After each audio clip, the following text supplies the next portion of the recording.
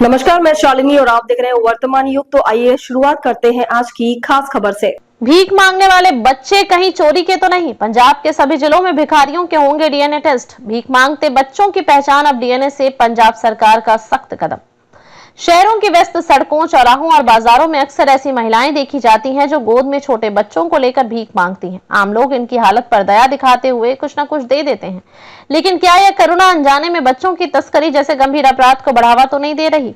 पंजाब सरकार ने अब इस आशंका को गंभीरता से लिया है। राज्य के सामाजिक सुरक्षा एवं महिला और बाल विकास विभाग ने निर्देश दिए हैं कि जिन बच्चों के साथ ऐसी महिलाएं भीख मांगती दिखाई देती हैं, उनके तथाकथित अभिभावकों के डीएनए टेस्ट कराए जाएंगे।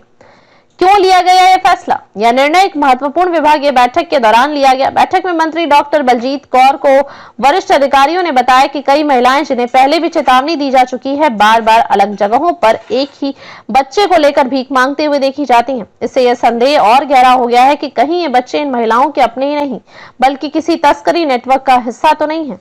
बैठक में यह भी बताया गया कि कुछ मामलों में बच्चों का चेहरा उनके तथाकथित अभिभावकों से मेल नहीं खाता। इसी के आधार पर यह तय किया गया कि डीएनए जांच की सच सामने लाने का सबसे वैज्ञानिक तरीका है। ऑपरेशन जीवन ज्योत के अंतर्गत होगी कार्रवाई। अब राज्य भर में ऑपरेशन जीवन ज्योत के तहत कार्रवाई की जाएगी। हर जिले के डिप्टी कमिश्नर को यह जिम्मेदारी सौंपी गई है कि वे ऐसे मामलों की पहचान करें और डीएनए सैंपलिंग की प्रक्रिया को अंजाम दें। यदि डीएनए रिपोर्ट सकारात्मक आती है और बच्चा व महिला के बीच जैविक संबंध की पुष्टि होती है तो बच्चे को वापस सौंप दिया जाएगा। यदि डीएनए रिपोर्ट नकारात्मक होती है तो महिला या पुरुष के खिलाफ मानव तस्करी का केस दर्ज किया जाएगा।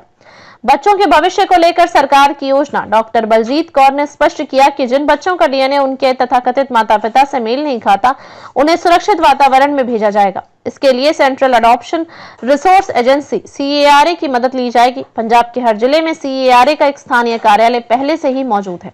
इन बच्चों को गोद लेने के लिए कानूनी प्रक्रिया में शामिल किया जाएगा, जिससे उन्हें सुरक्षित और सम्मानजनक जीवन मिल सके।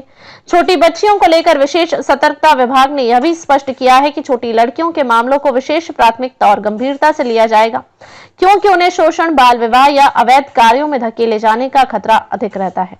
आम नागरिकों से भी सहयोग की अपील। सरकार ने लोगों से अपील की है कि वे अगर कहीं भीख मांगते बच्चों और महिलाओं को संदिग्ध स्थिति में देखें तो इसकी सूचना तुरंत पुलिस या प्रशासन को दें। बिना सच जाने मदद करना कभी कभी गंभीर अपराधों की पर्देदारी बन सकता है। पंजाब सरकार की यह पहल न सिर्फ मानव तस्करी पर सकती है, बल्कि यह बच्चों के मौलिक अधिकारों की रक्षा की दिशा में एक साहसिक कदम है। उम्मीद है कि यह मॉडल देश के अन्य राज्यों के लिए भी प्रेरणा बनेगा।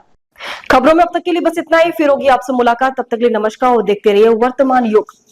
ऐसे ही लेटेस्ट अपडेट पाने के लिए हमारे चैनल को सब्सक्राइब करें और तुरंत नोटिफिकेशन पाने के लिए बेल आइकन दबाना ना भूलें। यदि आप हमें फेसबुक या इंस्टाग्राम के माध्यम से देख रहे हैं तो हमारे पेज को फॉलो जरूर करें। धन्यवाद।